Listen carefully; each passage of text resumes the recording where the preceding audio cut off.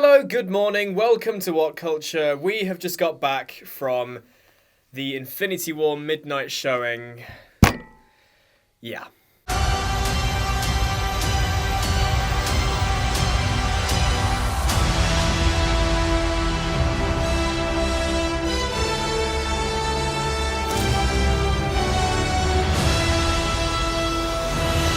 So, I'm Rich, I'm joined by Simon and Ewan and James. And, well, where do we start? Actually, to be honest, to start with, this is a spoiler-full discussion. From here on out, it's just spoilers. There is a video on the channel. There'll be a link somewhere that has no spoilers in it. It's very, very good. You should definitely go and watch it if you're not interested in spoilers. But from here on out, don't say we didn't warn you. Spoilers ahoy. Okay, gents. Now what? Oh, start at the beginning. So it opens with. I'm going to say this clearly now. I've never felt more ill, like just in an opening sequence in my entire life. The sheer just contempt for which Thanos treats like the staple characters of the MCU, like batting the Hulk around like he's nothing, and then of course Loki dying in the most, or probably the most thematically resonant way, because this is the epitome of his journey that we've seen from Thor to the Avengers, to the Dark World to Ragnarok. But just the way he just picks him up, breaks his neck, it's one of the coldest sequences I've ever seen in a comic book film. Yeah. And that in itself establishes pretty much the entire tone and just sense of peril that Infinity War carries with it and makes it such a compelling watch. And I was honestly either looking through the film through like my hand, like most of the thing, or just. It's a Disney film, and it does that within like 10 minutes. Yeah. Unbelievable. God. But yeah, I don't know. For me personally, as a comic book reader and as a comic book fan, this film, to me, it's realised the potential of what comic books can do. Like, these characters, you've been invested in them for 10 or so years now. It's not a case of they've been gone for so long. They are in your life every single year at a certain point in the calendar.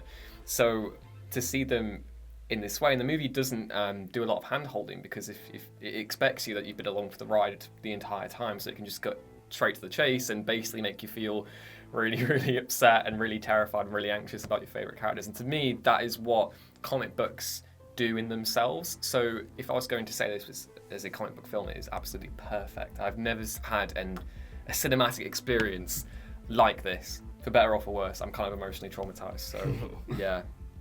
What do you guys think? Yeah. there's a lot of quiet, because that's just sort of how most people left this film, just completely dumbstruck and just absolutely lost on where to begin. Exhibit A. Yeah. I mean, well, do you want to talk about certain characters to begin with? Yeah. Because so I think elephant in the room, Thanos. Yes. And I know, Si, you said he was your favourite character. I in did, the film. yeah. I think he was the standout by far. Totally agree with you on that one. Absolutely agree with you. Best MCU villain, one of the best MCU characters. Mm-hmm. He's certainly the most complexly written. Yes. And the fact that he makes you sympathise with him when he's basically Space Hitler. And yet you're like, oh, he's got a point though. Yeah. It's very good. I mean the writing. The Russos will get loads and loads of praise for it, but the script is Christopher Marcus, and what they've done from Winter Soldier, Civil War, and now this is just astonishing. I mean, to take all those characters and juggle them and balance them so perfectly, it is not only as Infinity War an incredible thing in cinema history. It's one hell of an achievement to be able to do that so well. Yeah, because there are like several different genres at play here. Like from Winter Soldier, that was very much like a 70s conspiracy thriller. Civil War is kind of like a political drama, and then you come to Infinity War and you've got sci-fi, you've got fantasy, you've got like this war tone to it as well. It's honestly remarkable as a piece of cinema, oh god, I can't. It's so difficult to quantify. It might seem a little bit ridiculous that we're hopping on camera and just kind of going, bleh, but this is the rawest reaction I could possibly convey right now. I don't know what else specifically you want to broach, but yeah. I mean, let's go with another character. So let's talk about Ewan's sort of fear throughout most of this, which is Captain America. Yes. And then they pulled the rug underneath all our feet, and Yes. then just. But before I get into Captain America and kind of how I felt, maybe potentially felt a little bit shortchanged by the lack of a role he had to play in it. Yeah. I don't think he was the only one as well. I think Black Panther was Yes. particularly. Most of the stuff in That Wakanda, there team. was like, there's so much in the trailers that focused on Wakanda, and there was so much you think, okay, this is where it's really going to happen. And not that it doesn't, but it didn't to the scale I was expecting. I was expecting, as you said in that last hour, I was expecting the majority of that hour to be in Wakanda. But it's still amazing the way that the bounce those three scenes in three completely different places. It's just like I've seen nothing like it at all. We're kind of going to zigzag here, but if we talk about the ending for a second, because you guys, obviously we all went to different showings, and we come back, and you guys had a really, really interesting theory, and I didn't even consider it at the time. Obviously, there are all the sorts of things you can look into Doctor Strange giving up the time stone intentionally, but the one that got me was that you were saying that the characters that pass away at the end of Infinity War and they crumble away, those are the future. Survivors. They're the They are the survivors, future of the universe. And the people that are left standing are the past. And you've got this really interesting and fascinating conversation about trading lives and stuff. And going into Avengers 4, does that make that film even more? Does that carry more like damage to it now than even Infinity War does? Because everyone was going into this expecting this to be the film where the torch was passed, so to speak. And now we've got to go into Avengers 4 with the same kind of peril. Oh, here we go again. Yeah. It doesn't, because Avengers, like the stakes in this one felt so real, but also those characters kind of have to come back for Avengers 4. Yeah. So it's like, how do they now do that? Yes. Which I have no idea. Yeah, we're not seeing $1 billion Black Panther go away in like the space of a night. Spider-Man. Yeah. They go to those lengths to get Sony to give Spider-Man and just kill him. A year from now, like, we're going to be having these same conversations probably, which is really We're fascinating. going to wait a whole year. But more importantly is that the deaths were still really impactful. Like going back, I felt physically sick when Loki died, but when Bucky and Spider-Man in particular, when they crumble away at the end of that, I was that is some devastating cinema. Yeah. Like what Tom Holland does for me personally as Spider-Man is he captures the essence that this is just a boy doing what he wants to do, and this is Tony Stark being like his father figure. And oh my god, it's just so much to unpack with it. That scene is so powerful. Tom Holland raised his game there. Yeah, it's really good. And like I've seen it twice, obviously now that resonated just as much the second time as it did the first time. Yeah. The thing that got me more the second time was Groot's. Yeah. Because I didn't really notice that the first time. Yeah. And Rocket having to watch him after he's already just had that in the first Guardians. Yeah. It's like, Also, just to undercut the seriousness, I am Groot. I am serious. Yeah. Oh god, I loved it. The moment when they came together, and that's on the first intersection of, well, obviously ignoring the Guardians coming together with Iron Man, Doctor Strange, and that. But when Thor and co arrive on Wakanda, and it's like that big. It's to think of a comparison. It's almost like in Return of the King when Aragorn and Gimli and Legolas all hop off the boat. Yeah. It's really hard to not talk about Lord of the Rings. Yes. Yeah, it's very because the action's so much like it, but the way that they do the character interactions as well. Before it came out, everybody was talking about it being Return of the Jedi. Yes. No, not Return of the Jedi. Empire Strikes Back. Sorry. Yes. All the characters go away, come back together, eventually. But it's much more like that in Lord of the Rings, where those three characters get off the ghost ship. And it subverts it all by not having an overlong, drawn-out ending, and just just one. Yeah, and just then one. Just end. Yeah, Thanos smiles. End. that Really is good ending. That is the Absolutely biggest brilliant. sucker punch I've ever seen in a film. The fact that man gets to have his happy ending in this film is absolutely. And also the sort of the reaction when we had the whole here's all the actors and it shows Avengers Infinity War and you think right, first post-credit scene, credits roll and it's like and I said to you that I'm half convinced there's going to be no post-credit scenes, nothing. It was just going to end and really hammer home that something really serious has gone down. But yeah, James wrote an article on that before it came out saying that they shouldn't have done it. Yeah. I thought they might have only done the title. Yeah. But on Yeah. reflection, that's daft, really. Because the scene Because that he Thanos Will Return yeah. is much better than Exactly. Because the scene they feature is literally a scene from Captain Marvel. We've seen the set photos of Samuel Jackson and Kobe Smulders. Like that was they were reported as being on the set for. Yeah. And again, I feel that makes me more excited for Captain Marvel, because to me that looks like almost like the opening scene for that film, where again in a cool throwback to the 90s, where Nick Fury has a pager, and that's how he contacts Captain Marvel. But unless that scene, like the set photo, was just from Infinity War. Maybe, yeah. I don't know. I don't know how it fit in. Can we Marvel. talk about Red Skull? No. No. Okay. I'll see. I thought that was the biggest surprise Yeah. for me. Yeah. Yeah. did not I see know that it got coming. rumoured a lot, but it's been rumoured since pretty much since he disappeared. Yeah, Like he since, was like, going to be in Age of 2011. Ultron, and he was going to be in other And things. there was the Samuel Jackson interview a while back where he mentions the skull. Yeah. So. And then he sucked those words back into his Yeah. face as he was saying them. Yeah. And we're like, no, he doesn't mean that at all. He's just talking. It's just Sam, you know. I am so fascinated about that character now, like that journey that he's gone through. He's been, because obviously in the first Avenger he gets sucked into the cosmic cube, and he has now had 100 years of just biding his time, learning everything. You see, he's got power. He's like floating everywhere. Do you see Steve Rogers' journey potentially ending in Avengers 4?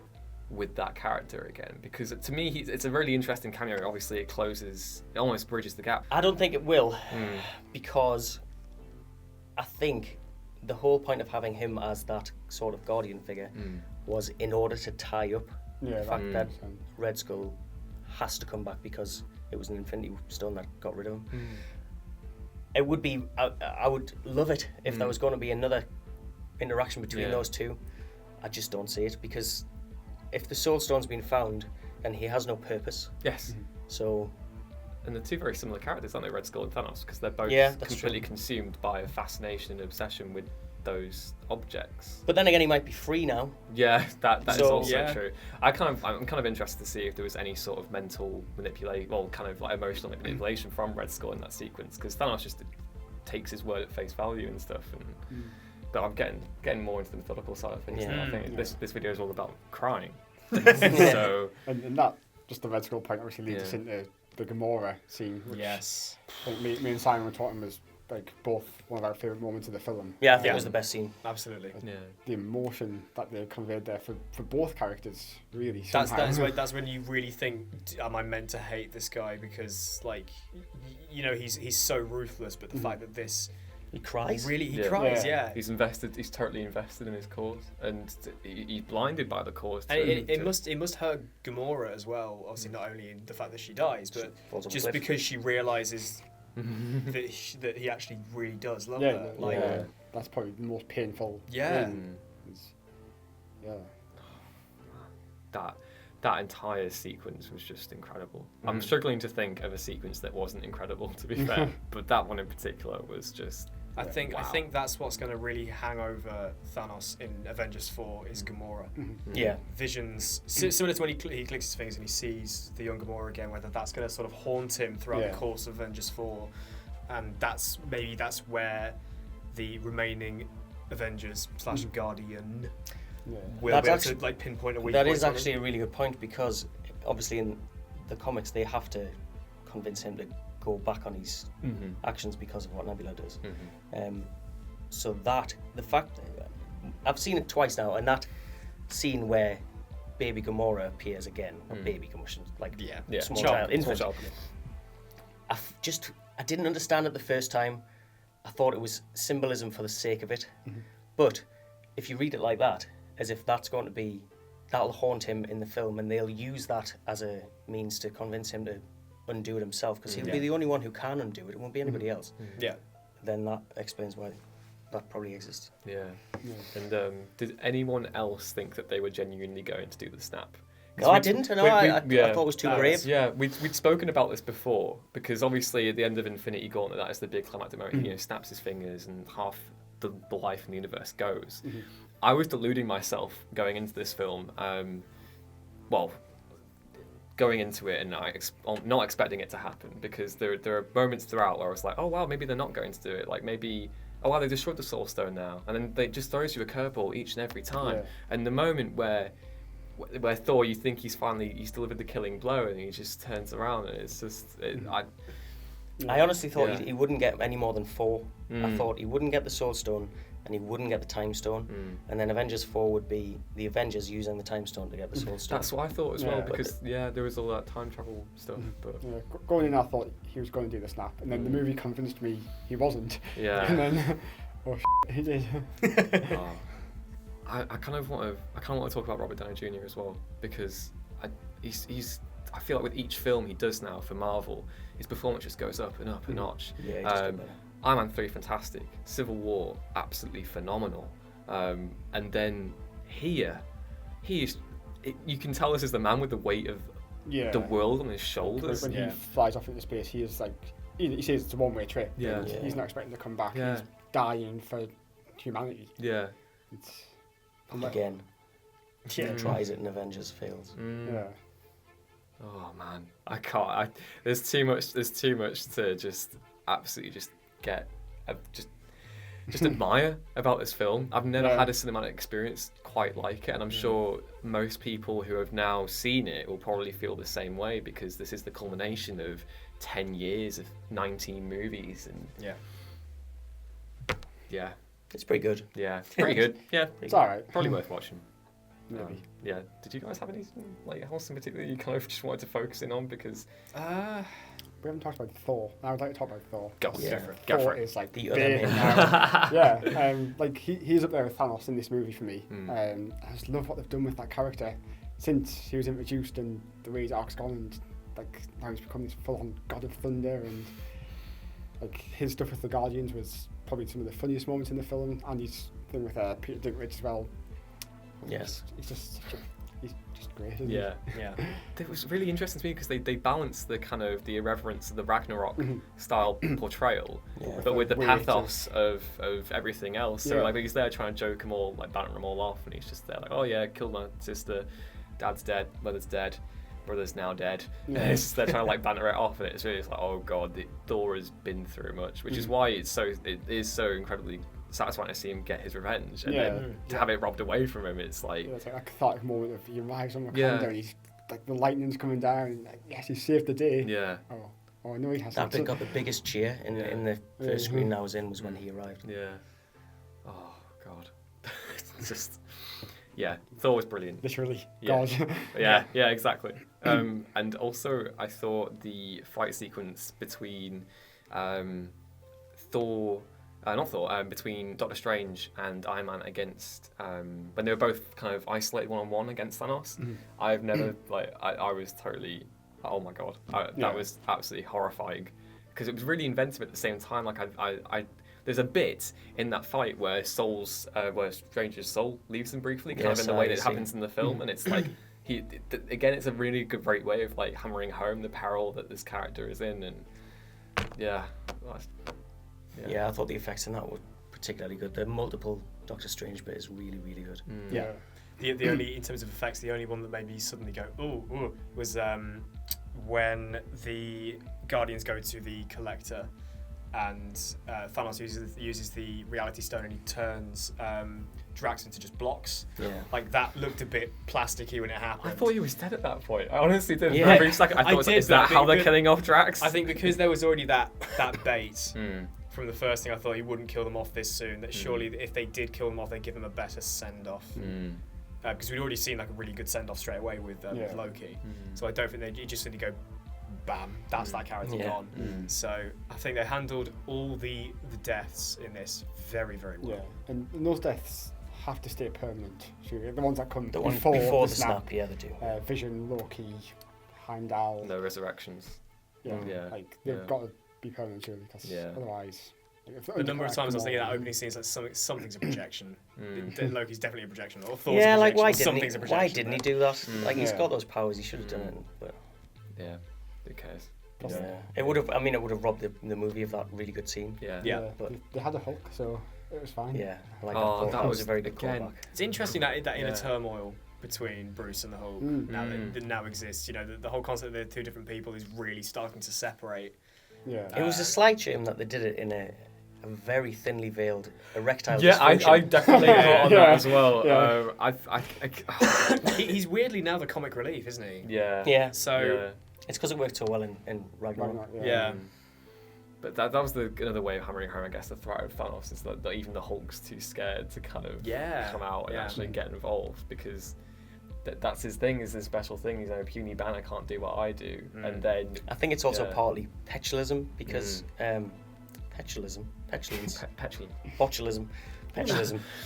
all words are made up. exactly, all words are because he just uses them and throws them into battle against like massive threats that they have no idea are just going to beat hell out of them. Yeah. And then he's like, no, you don't look after me. Yeah. Treat me well, Yes, and then we'll talk. That's a very good point. I wonder if that might like establish some future things for the way Banner and Hulk's personality interact. Because in the comics, there have been occasions where Bruce has managed to retain his faculties while in the Hulk form, and that'd be quite interesting if they give each other equal agency. Yeah. I guess. Well, they've said that the Hulk arc is 3 movies from Ragnarok, this and Avengers 4. So obviously 4 is going to be him getting back in touch with his Hulk side. Yes. A bromance between one man and himself. As he learns to have an erection again. And that's a great way to Yeah, end this that's a great way video. to Surely in a end very this. zigzaggy, roundabout, poorly framed metaphor for erectile dysfunction. Yeah, that's the whole of Infinity War. It's all just a big dick joke. Yeah. Have fun with broken that. We're all very tired.